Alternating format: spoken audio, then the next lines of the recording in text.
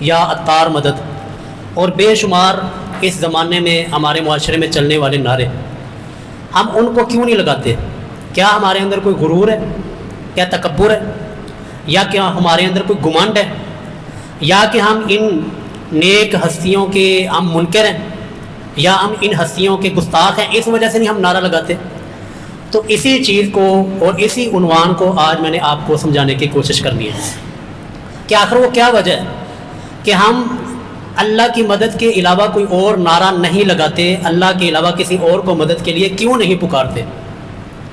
سب سے پہلے تو بنیادی جو چیز ہے نا، بنیادی وہ توجہ سے سمجھ لیں، جو اس پورے خطبے کی بنیاد ہے کہ ہماری بحث اور ہمارا جھگڑا ہے کس بات پہ؟ لیکن مدد جو ہے نا، مدد وہ دو طرح کی ہوتی ہے، یعنی مدد کی دو قسمیں ہیں۔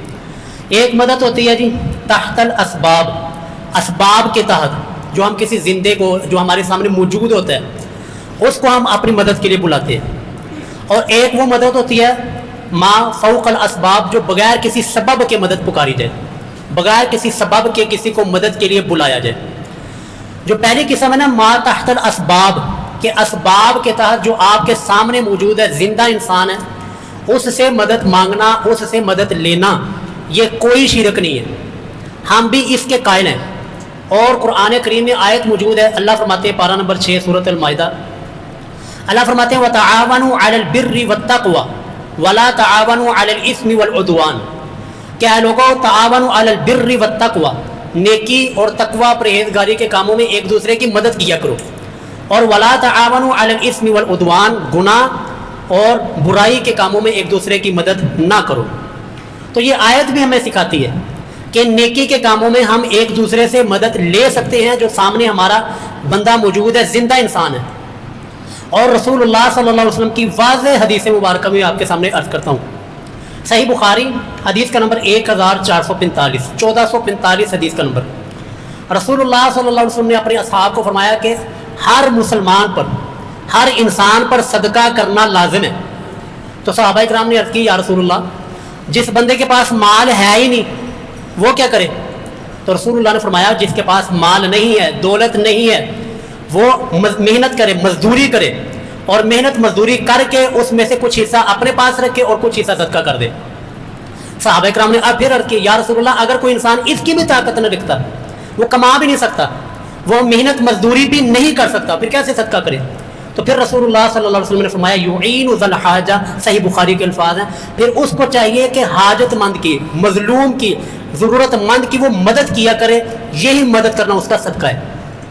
تو یہ جو ہے نا ہمارے ہاں مثالیں اس کی دی جاتی ہیں اور ثابت کیا جاتا ہے مردوں سے اور قبروں سے مانگنا۔ اسی طرح ایک اور حدیث ہے صحیح بخاری میں، صحیح بخاری حدیث کا نمبر 31، رسول اللہ صلی اللہ علیہ وسلم نے ارشاد فرمایا کہ یہ جو تمہارے غلام اور یہ جو تمہارے ملازم، تمہارے ماتحت لوگ ہیں، لوگوں یہ تمہارے بھائیوں کی طرح ہیں، ان کے ساتھ اچھا سلوک کرو، جو خود پہنو وہ ان کو پہناؤ، اور جو خود کھاؤ وہی ان کو کھلاؤ، اور جب ان کے اوپر کوئی بوجھ ڈالو، کوئی بھاری کام ان کو دو، مشقت والا کام دو، تو پھر ان کے ساتھ مل کر ان کی مدد کیا کرو۔ تو یہاں پر بھی رسول اللہ نے ہمیں مدد کرنے کا، ایک دوسرے کے ساتھ تعاون کرنے کا ہمیں حکم دیا ہے، لیکن ما تحت الاسباب، کہ جب غلام سامنے موجود ہے، ملازم موجود ہے، وہ مشقت میں ہے، محنت مزدوری کر رہا ہے، تو ہمارا فرض بنتا ہے ہم اس کی مدد کریں۔ یہ جو ہے جی پہلی قسم، اس کے ہم قائل ہیں، اور یہ شرک نہیں ہے۔ شرک کون سی مدد ہے؟ یا ہم کس غیر اللہ کی مدد کے انکاری ہیں؟ یا کون سی غیر اللہ کی مدد شرک بنتی ہے جو کہ انسان اسباب کو چھوڑ کر، کہ انسان باپ کے امی کو روٹی نہ مانگے، ابے سے سالن نہ مانگے، ابے سے پیسے نہ مانگے، ابے سے روٹی سالن مانگنا یہ کوئی شرک نہیں ہے جب وہ زندہ ہوں، لیکن جب وہ فوت ہو جائیں اور قبر میں چلے جائیں پھر ان سے مانگنا شرک ہو جائے گا۔ سمجھ رہے ہیں اس بات کہ جب کوئی انسان زندہ آپ کے سامنے موجود ہے اس سے کوئی بھی چیز مانگتے ہیں، یہ شرک نہیں ہے۔ یہ آیات اور احادیث میں نے آپ کے سامنے بیان کر دی، لیکن مسئلہ یہ ہے اور اختلاف اس چیز میں، شرک کون سی مدد بنتی ہے؟ وہ یہ ہے کہ جب کوئی بندہ، کوئی انسان ہمارے سامنے موجود نہیں ہے اور وہ قبر میں جا چکا ہے، تو قبر پہ جا کر اس سے مانگنا اور مرے ہوئے شخص سے سوال کرنا، مرے ہوئے انسان سے مانگنا، یہ سارے کا سارا جی شرک ہے۔ اور اس کے بارے میں آیات اور احادیث بے شمار ہیں، میں چند ایک آیات اور احادیث آپ کے سامنے عرض کر دیتا ہوں۔ یہی ہمارا آج کے خطبے کا بحث ہے اور یہی موضوع ہے کہ اسباب کے بغیر کہ کوئی انسان دنیا سے چلا گیا، مر گیا، قبر میں چلا گیا، اب ہم اس کو اپنی مدد کے لیے نہیں پکار سکتے. اسباب کے بغیر صرف اور صرف اللہ رب العالمین ہی کو پکارا جائے گا، صرف یا اللہ مدد ہی کا نعرہ لگایا جائے گا. سورۃ فاتحہ ہر نماز میں آپ سنتے ہیں، ہر نماز کی ہر رکعت میں پڑھی جاتی ہے. کبھی اس کا ترجمہ تو ذرا پڑھیں. ہم یہاں پر ہاتھ باندھ کر رب کے سامنے کھڑے ہو کر ہم اللہ سے کیا معاہدہ کر رہے ہوتے ہیں، ہم اللہ کو کیا کہہ رہے ہوتے ہیں، اپنی زبان سے کیا اقرار کر رہے ہوتے ہیں. ہم کہہ رہے ہوتے ہیں جی یا ربی ایاک نعبد و ایاک نستعین، کہ اللہ ہم زندگی کے اندر عبادت صرف اور صرف تیری ہی کرتے ہیں. ایاک نعبد، یہ آپ عربی گرامر کو اگر جانتے ہیں نا تو اس کے اندر جو ہے نا غیر کا معنی وہ اللہ نے مکمل طور پر ختم کر دیا کہ ایاک نعبد، یا اللہ صرف اور صرف اللہ تیری ہی عبادت کرتے ہیں. اور و ایاک نستعین، اے اللہ مدد کے لیے جب ہمیں ضرورت پڑتی ہے تو صرف اور صرف یا اللہ ہم تجھ سے ہی مدد مانگتے ہیں. لیکن وہی مولانا اور وہی پیر اور وہی بزرگ جب مسجد سے باہر نکلتا ہے، نماز کے اندر تو ہے یا ربی صرف عبادت بھی تیری، مدد بھی تجھ سے، لیکن وہی پیر بزرگ جب نماز سے مسجد سے باہر نکلتے ہیں تو عقیدہ ہی چینج ہو جاتا ہے، عقیدہ ہی بدل جاتا ہے. پھر وہی مدد کے نعرے اللہ کو چھوڑ کر غیروں کو پکارنا شروع کر دیتا ہے انسان. تو یہ پہلی آیت تھی سورۃ فاتحہ کو اللہ نے اسی وجہ سے نماز کی ہر رکعت میں ضروری قرار دیا تاکہ انسان کا عقیدہ درست ہو، کہ انسان نماز میں جو کہے اس کے اوپر قائم بھی رہے. دوسری آیت ہے سورۃ آل عمران آیت نمبر 126 پارہ نمبر 3. اللہ فرماتے ہیں ومن نصر الا من عند اللہ، کہ مدد جو ہوتی ہے نا، مدد من عند اللہ، وہ اللہ ہی کی طرف سے ہوتی ہے. اللہ کے علاوہ کوئی تمہاری مدد نہیں کر سکتا. جو تمہاری مدد آتی ہے، جو تمہارے حالات کو درست کیا جاتا ہے، یہ من جانب اللہ ہوتا ہے. اللہ کے علاوہ تمہارے حالات کوئی درست نہیں کر سکتا، تمہاری کوئی مدد نہیں کر سکتا. اسی طرح سورۃ آل عمران آگے جا کر یہی سورت چلتی ہے پارہ نمبر 4 آیت نمبر 160. اللہ فرماتے ہیں، بلکہ اللہ نے چیلنج دیا جی، چیلنج دیا انسانوں کو، کیا انسانوں ان ینصرکم اللہ فلا غالب لکم، اگر وہ رب تمہاری مدد کرے تو فلا غالب لکم، تو پھر تم پر کوئی بھی غالب نہیں آ سکتا، تم پر کوئی غلبہ نہیں پا سکتا. کیوں؟ کیونکہ مدد اللہ کے تمہارے ساتھ ہے.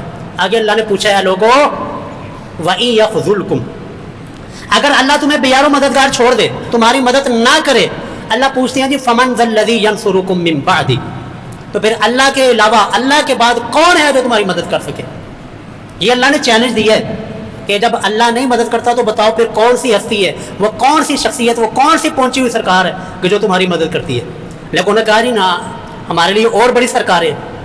لیکن ہم اہل توحید کا دعویٰ یہی ہے، ہمارا اعلان وہ یہی ہے کہ ومن نصر الا من عند اللہ، کہ اللہ کے علاوہ پائی کوئی مدد نہیں.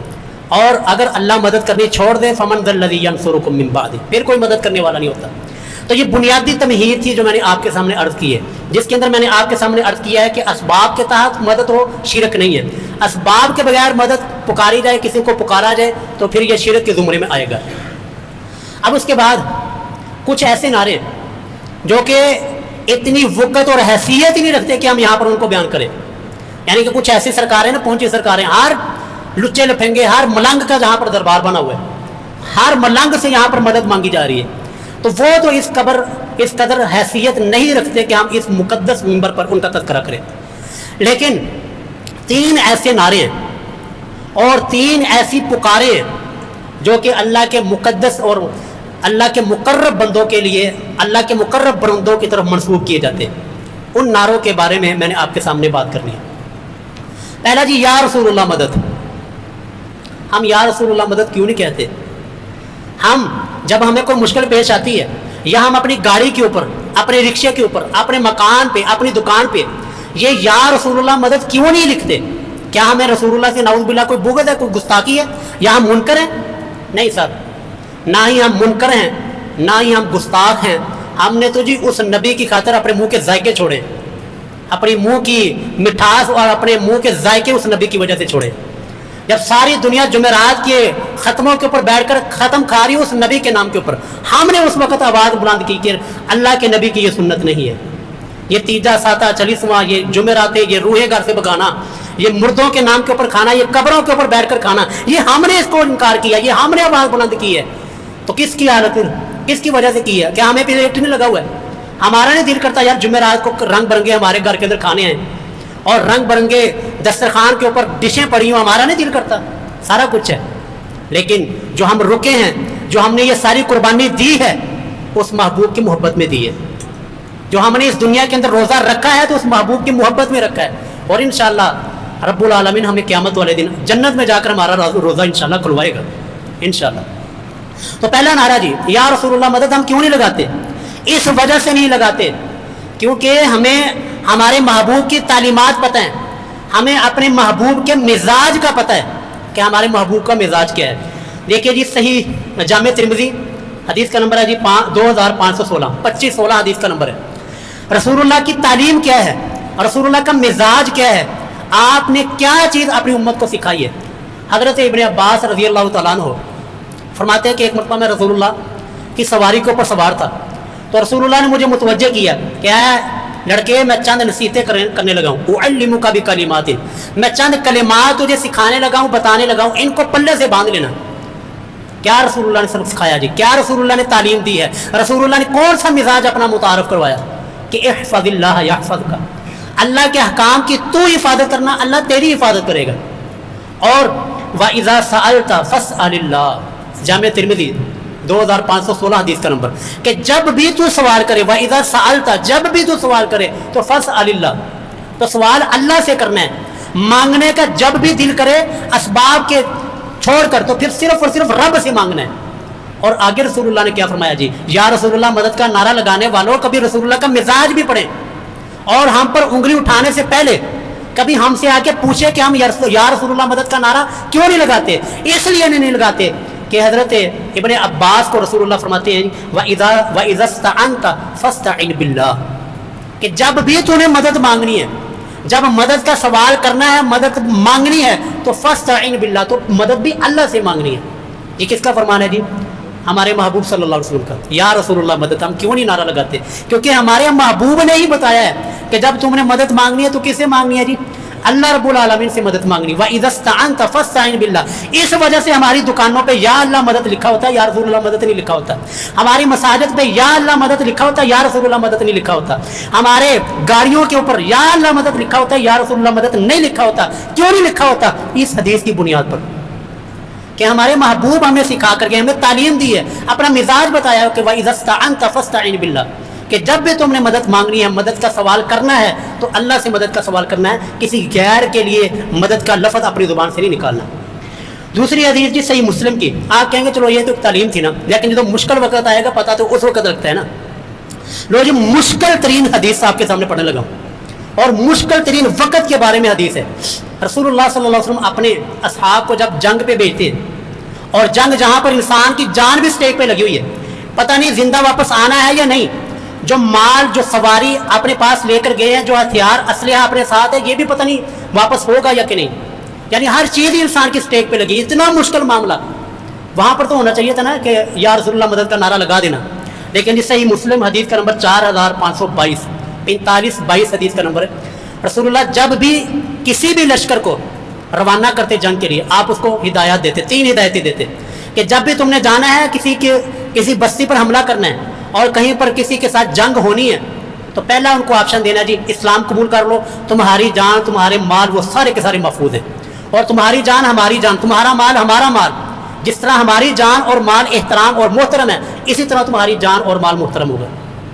اگر وہ قبول کر لیں تو فبیہا، لیکن اگر وہ قبول نہ کرے تو دوسرا آپشن ان کو یہ دینا ہے کہ چلو اچھا مسلمان نہیں ہوتے، رو کافری، اپنی زمین کے اندر ہی رہو، لیکن پھر اسلام کے تحت، اسلام کے قانون کے تحت رہو اور جزیہ ادا کرو۔ اگر وہ اس کو قبول کر لیں ٹھیک ہے فبیہا، لیکن اگر نہیں قبول کرتے تو پھر توجہ جی، اگر وہ یہ دوسرا آپشن بھی قبول نہیں کرتے تو پھر جو فاستعین باللہ، صحیح مسلم کی الفاظ ہے، تو پھر فاستعین باللہ، پھر تم نے اللہ سے مدد مانگنی ہے، اور ان کو کہنا آ جاؤ پھر میدان کے اندر، اللہ سے مدد مانگ کر، اللہ سے مدد کا سوال کر کے، جنگ کا موقع ہے یار، جان بھی پتہ نہیں جانی ہے کہ نہیں، رہنی ہے کہ نہیں پتہ نہیں، جان مال بھی پتہ نہیں رہنا ہے کہ نہیں، اتنا مشکل ترین معاملہ اور مرحلہ، وہاں پر بھی محبوب کی تعلیم یہ ہے کہ یا رسول اللہ مدد کا نعرہ نہیں لگانا، صرف یا اللہ مدد، اللہ سے مدد مانگنی ہے، اللہ سے مدد کہہ کر، اللہ سے مدد مانگ کر پھر تم نے جنگ کا آغاز کرنا ہے۔ یہ ہے جی، اس وجہ سے ہم یا رسول اللہ مدد نہیں کہتے، نہیں نعرہ لگاتے، نہیں لکھتے اور نہیں لکھاتے۔ آئیے جی دوسرا نعرہ، یا علی مدد۔ اس لیے کیا یا علی مدد ہم اس لیے نہیں کہتے کہ ہمیں نعوذ باللہ سیدنا علی سے کہ ہم گستاخ ہیں، ہم اہل البیت کو نہیں مانتے، اہل البیت کے منکر ہیں ہم اس وجہ سے؟ نہیں سر، یہ وجہ نہیں ہے۔ ہم اہل البیت کے بھی ماننے والے اور اہل البیت کی بھی ماننے والے۔ لوگ اہل البیت کو تو مانتے ہیں لیکن اہل البیت کی نہیں مانتے۔ ہم اہل البیت کو بھی مانتے ہیں اور اہل البیت کی بھی مانتے ہیں۔ تو اہل البیت سیدنا علی رضی اللہ تعالی عنہ کا اپنا فرمان اور اپنی تعلیم کیا ہے، اور اپنا ان کا رویہ کیا ہے، اپنے ان کے جذبات کیا ہیں۔ صحیح بخاری حدیث نمبر 3705، 37.5 حدیث کا نمبر ہے، بڑی مشہور حدیث ہے جی۔ جنت کی سردار، جنت کی عورتوں کے سردار سیدہ فاطمہ الزہرا رضی اللہ تعالی عنہ وسلام اللہ۔ اچھا یہ بخاری کی یہ جو حدیث ہے نا 3705، یہاں پر حضرت سیدہ فاطمہ کے نام کے ساتھ امام بخاری نے علیہ السلام لکھا ہے، تو علیہ السلام بھی ہم کہنے کے قائل ہیں، رضی اللہ عنہ کی بھی کہنے کے قائل ہیں۔ تو حضرت سیدہ فاطمہ رضی اللہ تعالی عنہ یہ رسول اللہ کے پاس جاتی ہیں اور سیدنا علی بھیجتے ہیں۔ سیدنا علی مشکل کشا جن کو کہا جاتا ہے، یا علی مدد کے نعرے جہاں پر لگائے جاتے ہیں، سیدنا علی اپنی بیوی کو اور رسول اللہ کی بچی کو اور جنتی عورتوں کے سردار ان کو رسول اللہ کے پاس بھیجتے ہیں کہ رسول اللہ کے پاس کچھ غلام آئے، جا کر رسول اللہ سے غلام مانگو تاکہ ہم ان کے ذریعے اپنے گھر کے جو کام ہیں ان سے کروائیں اور ان سے مدد حاصل کریں۔ ہونا تو یہ چاہیے تھا نہیں، آپ مشکل کشا ہیں، ہم یا علی مدد کا نعرہ لگائیں گے تو گھر کے سارے کام ہو جایا کریں گے، چکی خود بخود چل جایا کرے گی، اور سارے کے سارے پانی ہم نگاہ ماریں گے تو پانی آ جایا کرے گا۔ یا علی مدد کا نعرہ لگائیں گے تو آنے بعد میں سارا کچھ ہو جایا کرے گا۔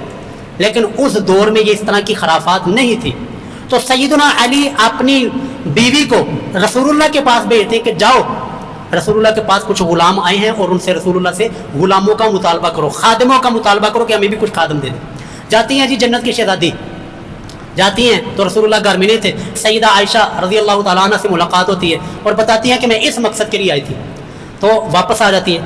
پھر رسول اللہ صلی اللہ علیہ وسلم دوبارہ سیدنا علی کے گھر جاتے ہیں۔ سیدہ فرماتی ہیں کہ ہم وہاں پر بستر کے اوپر موجود تھے، بیٹھے ہوئے تھے، رسول اللہ ہمارے پاس آ کر بیٹھ گئے اور ہمیں یہ تعلیم دی، حالانکہ میں گئی تھی غلام مانگنے کے لیے، خادم مانگنے کے لیے، تاکہ ہمارے مشکل کام جو آسان ہو جائیں۔ تو محبوب نے فرمایا کہ جب تم رات کو سونے لگو تو 33 مرتبہ سبحان اللہ اور 33 مرتبہ الحمدللہ، 34 مرتبہ اللہ اکبر کہہ لیا کرو، سارے دن کی تھکاوٹ دور ہو جایا کرے گی۔ یار ہونا تو یہ چاہیے تھا نا، یہاں تو یہ سکھانا چاہیے تھا کہ علی تمہارے ساتھ موجود ہیں اور یا علی مدد کا نعرہ لگایا کرو، علی مشکل کشا ہے، تمہارے سارے مشکلیں حل ہو جائیں گی، سارے مشکلیں تمہاری حل ہو جایا کریں گی۔ لیکن محبوب نے کیا تعلیم فرمائی جی؟ محبوب نے تسبیح فاطمہ کی تعلیم فرما دی کہ سارا دن کام تم خود کرو، چکی تم خود پیسو، پانی تم خود لاؤ، سارے گھر کے کام خود کرو، لیکن جب رات کو سونے لگو تو یہ تسبیحات پڑھ کے اللہ کے حضور دعا کیا کرو تو اللہ سارے دن کی تھکاوٹ دور کر دے گا۔ یہ وجہ ہے جی ہم یا علی مدد اپنی دکان پہ، اپنے مکان پہ، اپنی مسجد پہ، اپنی گاڑی پہ نہیں لکھاتے، کیونکہ علی سیدنا علی کی تعلیم بھی یہی ہے، محبوب کی تعلیم بھی یہی ہے کہ جب بھی تم نے مدد مانگنی ہے، مدد کا سوال کرنا ہے تو صرف اور صرف ایک رب سے کرنا ہے۔ اگلی حدیث جامع ترمذی 2203 2203 حدیث کا نمبر جامع ترمذی، یہاں پر جی سیدنا علی رضی اللہ تعالیٰ عنہ خود ہی مشکل کشا، علی کو مشکل کشا کہنے والوں رضی اللہ تعالیٰ عنہ، سیدنا علی جنگ جمل جنگ صفین کا موقع ہے، اپنے دوست احبان بن خیفی رضی اللہ تعالیٰ عنہ کے پاس جاتے ہیں مدد مانگنے کے لیے کہ میں نے جنگ کرنی، میرا جنگ ہونے والی ہے تو تم ہماری مدد کرو، ہماری مدد کے لیے نکلو۔ یار جو مشکل کشا ہوتا ہے وہ کسی کو مدد کے لیے پکارتا ہے، کسی کو مدد کے لیے بلاتا ہے، تو سیدنا علی نے یہ پیغام دے کر ہم لوگوں کو، مجھ کو اور آپ کو بتا دیا کہ مدد کا سوال صرف اور صرف ایک رب سے کرنا ہے۔ باقی اسباب کے تحت آپ کسی سے بھی لے سکتے ہیں، آپ کسی کو بھی بلا سکتے ہیں، کسی کو بھی پکار سکتے ہیں، لیکن اسباب کے بغیر صرف اور صرف ایک رب کو ہی پکارا جائے گا۔ آئیے جی تیسرا نعرہ اور بہت ہی اہم نعرہ، بہت اہم، یا غوث مدد، یا غوث المدد کا نعرہ ہم کس لیے نہیں لگاتے؟ کیا ہم اولیاء کے گستاخ ہیں، اولیاء اللہ کے منکر ہیں، اس لیے نہیں ہم لگاتے؟ نہ، ہم اولیاء اللہ کے منکر نہیں، نہ ہی ہم اولیاء اللہ کے گستاخ ہیں، صرف ہم یہ کہتے ہیں کہ اولیاء اللہ وہ اللہ کے اولیاء اللہ ہیں جو کہ الذین آمنوا وکانوا یتقون۔ قرآن نے ہمیں بتایا کہ اولیاء اللہ کی پہچان کیا ہے۔ اولیاء اللہ، اللہ کا ولی وہ ہوتا ہے جو کہ ایمان والا ہو اور تقوی والا ہو، جو کہ لوگوں کو رب کی طرف جھکانے والا ہو، رب کے در پہ جھکانے والا ہو، نہ کہ اپنے قدموں کے اندر جھکانے والا ہو۔ نہ کہ لوگوں کو قبروں کے اوپر جھکانے والا وہ اللہ کا ولی نہیں ہوتا. تو یا غوث المدد یہ نعرہ ہم کیوں نہیں لگاتے؟ اس لیے نہیں لگاتے عزیزو کہ شیخ عبد القادر جیلانی رحمہ اللہ ان کی اپنی کتاب ہے جی غنیۃ الطالبین. اٹھائیے جی کتاب پڑھیے, آپ کو جگہ جگہ کے اوپر توحید کی دعوت ملے گی. آپ کو جگہ جگہ پر ملے گا کہ تم نے ایک رب کو پکارنا ہے, مدد ایک رب سے مانگنی ہے. اللہ کے علاوہ کوئی کچھ نہیں کر سکتا, اللہ کے علاوہ کوئی کسی کے نفع نقصان کا مالک نہیں ہے. ساری کتاب کے اندر عقیدہ آپ کو وہ ملے گا جو قرآن کریم کے اندر موجود ہے. ساری کتاب کے اندر آپ کو نماز کا طریقہ وہ ملے گا جو صحیح بخاری اور صحیح مسلم کے اندر ہے. کتاب کا نام ہے جی غنیۃ الطالبین, اور یہ وہی 11ویں والے پیر صاحب کی. اچھا لوگوں نے نا اب آ کر نا جب لوگوں کو ہاتھ پاؤں کی پڑی نا کہ جو غوث پاک ہم جن کو کہتے ہیں, انہوں نے تو نماز کا طریقہ وہ لکھا ہے رفع الدین والا. انہوں نے تو لکھا آمین بلند آواز سے, اونچی آواز سے آمین کہنی ہے. اور انہوں نے عقیدہ توحید تو وہ لکھا جو قرآن کریم کے اندر ہے. تو مولویوں نے کیا چلاکی کھیلی, انہوں نے کہا جی ایک کتاب ہی حضرت غوث اعظم کی ہے ہی نہیں, جان ہی چھڑوا لی کہ یہ کتاب ہی حضرت شیخ عبد القادر جیلانی رحمہ اللہ کی ہے ہی نہیں. کتنی بڑی کہانی ڈالی. لیکن یہ اس سے بڑا خطرناک معاملہ ہے. اگر یہ کتاب حضرت شیخ عبد القادر جیلانی کی نہیں ہے تو یہ ہستی ہی فارغ ہو جائے گی, یہ شخصیت ہی پھر فارغ ہو جائے گی. کیونکہ ہمیں جو تعارف ہوا تھا حضرت شیخ عبد القادر جیلانی کا, جو ہمیں تعارف ہوا تھا, کروایا تھا, وہ اس کتاب کے ذریعے ہی ہوا تھا. اس کتاب کے ذریعے کروایا تھا کہ اس نام کی ہستی, اس نام کی شخصیت اس دنیا میں آئی تھی اور اس کی یہ تعلیمات تھی. تو کتاب اگر مانتے ہیں تو پھر جی ان کی تو ساری کی ساری دعوت توحید ہے. ان کی ساری دعوت وہ صحیح بخاری اور صحیح مسلم والی ہے. ان کی ساری دعوت وہ قرآن والی ہے, رسول اللہ صلی اللہ علیہ وسلم کے فرمان والی ہے. لیکن اگر لوگ نہیں مانتے کہ نہیں یہ ان کی کتاب ہی نہیں, پھر ہم لوگوں کو دوسرے طریقے سے سمجھاتے ہیں. چلو ان کی کتاب نہیں نا ماننی, ان کی کتاب نہیں ہے, پھر ہم لوگوں کو دوسرے طریقے سے سمجھاتے ہیں. ہم تاریخ کا سہارا لیں گے. تاریخ توجہ جی, تاریخ بغداد جس شہر رسول اللہ کے زمانہ مبارک میں اور خلفائے راشدین کے زمانے مبارک میں دارالخلافہ وہ مدینہ منورہ تھا. پھر حضرت سیدنا علی رضی اللہ تعالیٰ عنہ نے کوفہ اپنا دارالخلافہ بنایا. سیدنا علی کے بعد بنو امیہ کی حکومت آتی ہے, تو بنو امیہ نے اپنا دارالخلافہ شام دمشق کو بنایا. تو جب بنو عباس کی حکومت آئی تو بنو عباس نے اپنا دارالخلافہ وہ بغداد سٹی کو بنایا. یعنی وہ کیپٹل سٹی اور دارالخلافہ تھا, اور پوری دنیا کا مرکز تھا وہ بغداد. اور بیت الحکمہ, اٹھائیں جی ذرا تاریخ پڑھا کریں کہ بیت الحکمہ پوری دنیا کی سب سے بڑی لائبریری تھی, جہاں پر ہر قسم کی ہر فن کی کتاب وہاں پر موجود تھی. اور علماء صلحاء ہر قسم کے سائنسدان, سائنس کے علوم وہاں پر اس بغداد سٹی کے اندر پڑھائی جاتی تھی. بڑی بڑی یونیورسٹیاں تھیں, اور تعداد تقریباً جی مورخین لکھتے ہیں تاریخ کہ 20 لاکھ کے قریب اس شہر کی تعداد تھی جو وہاں پر آباد لوگ تھے. وہاں کا ایک وزیر تھا, توجہ جی, کہتے ہیں جی غوث پاک شیخ عبد القادر جیلانی وہ رب کی پوری کائنات کو اس طرح دیکھتے ہیں کہ جیسے ہتھیلی کے اوپر رائی کا دانہ رکھا ہے. اس طرح لوگ ویڈیو کے اندر اور مولوی ممبروں کے اوپر یہ بیان کر رہے ہیں. تو انہی کے شہر میں شیخ عبد القادر جیلانی بغداد کے رہنے والے تھے. بغداد کے اندر ان کی وفات ہوئی جی 561 ہجری. توجہ رکھیے گا جی, توجہ. ہم دوسرے طریقے سے سمجھانے لگے, یہ کتاب کو نہیں نا مانتے تو ہم دوسرے طریقے سے سمجھا رہے ہیں کہ یا غوث مدد نہیں کہنا اور غوث اعظم کو مشکل کشا نہیں کہنا, غوث اعظم صرف اور صرف رب کی ذات ہے. سو سیدنا عبد القادر جیلانی رحمہ اللہ ان کی وفات بغداد کے اندر 561 ہجری کو ہوئی ہے. اور مولویوں کا یہ بھی کہنا ہے کہ ولی جب قبر میں جاتا ہے نا اس کی طاقتیں بڑھ جاتی ہیں, وہ مزید طاقتور ہو جاتا ہے. یہ بھی ان مولویوں کا کہنا ہے. اب 561 ہجری کو ان کی وفات ہے, وہیں پر ان کی قبر, وہیں پر ان کا مزار ہے. اور اس کے ٹھیک 92 سال کے بعد, توجہ جی, 92 حضرت عبد القادر جیلانی فوت ہو گئے, قبر بن گئی, طاقتیں بڑھ گئی اور طاقتور ہو گئے. ان کے وفات کے 92 سال کے بعد ان کے شہر کا وزیر تھا ابن القمی, رافضی تھا. اس نے ہلاکو خان کے ساتھ ساز باز کر کے نا, یعنی غداری کر کے پورے کے پورے شہر کے اوپر حملہ کروایا. اور ہلاکو خان, اٹھائیے جی تاریخ, یہ ہماری سقوط بغداد, یہ اسلامی ہسٹری کا ایسا سیاہ ترین باب ہے. ایسی مسلمانوں کو شکست کبھی دیکھنے کے اندر نہیں آئی جیسے کہ اس بغداد سٹی کے اندر ہمیں دیکھنے کے اندر آئی. کہ جی ہلاکو خان نے وہاں پر حملہ کیا اور 20 لاکھ کی تعداد تھی وہاں پر. 20 لاکھ کے اندر 15 لاکھ لوگوں کو سر اس نے ایک ہی دن کے اندر مار دیا. 15 لاکھ لوگوں کو مارا, کاٹا, ان کی اور سروں کو اتارا, اور سروں کے کھوپڑیوں کے اس نے مینار بنایا. تاریخ میں کہتی ہے یہ غوث شیخ عبد القادر جیلانی کی وفات کے 92 سال کے بعد واقعہ ہو رہا ہے. کیا جی ہتھیلی کو رائی کے دانے کی طرح دیکھ رہے ہوتے ہیں پوری کائنات کو. لیکن یہ نہیں پتہ چلا اپنے علاقے کے اندر جی وہ وزیر غداری کر رہے ہیں، ہلاکو خان سر پہ آ گیا، اور وہ جو دریا کہتے ہیں کہ جی دریا سے سمندر سے انہوں نے 12 سال کی ڈوبی ہوئی برات زندہ کر دی، اسی دریا کے اندر پھر ہلاکو خان نے اسی شہر کے غوث پاک کے شہر کے لوگوں کو وہاں پر ڈالا، اور مورخین لکھتے ہیں کئی دنوں تک اسی دریا کا جہاں سے وہ برات زندہ کی تھی، برات نکالی تھی، وہیں اسی دریا کا پانی کئی دنوں تک انہی کے شہر کے رہنے والوں کی وجہ سے خون کے اندر تبدیل ہو کر سرخ ہو کر بہتا رہا۔ کہاں تھے جی مشکل کشا، کہاں تھی حاجت روائی؟ ایسی اسلام کے اندر کبھی شکست نہیں ہوئی، پوری کی پوری بنو عباس کی حکومت کا خاتمہ کر دیا اس ہلاکو خان نے، اور پھر اس کے بعد وہ بیت الحکمہ، وہ لائبریری اور وہ یونیورسٹی کی وہ کتابیں اٹھائی، اس نے ساری کی ساری کتابیں اٹھا کر اس نے اسی دریا کے اندر ڈالی۔ تو پہلے دریا کا پانی سرخ ہو کے بہ رہا تھا، پھر اس کتابوں کو ڈالنے کی وجہ سے کتنا ہمارا علمی سرمایہ ضائع ہوا، وہ ساری کی ساری کتابیں جب اس دریا کے اندر ڈلی تو دریا کا پانی کئی دنوں تک سیاہی کے ساتھ کالا ہو کر بہتا رہا۔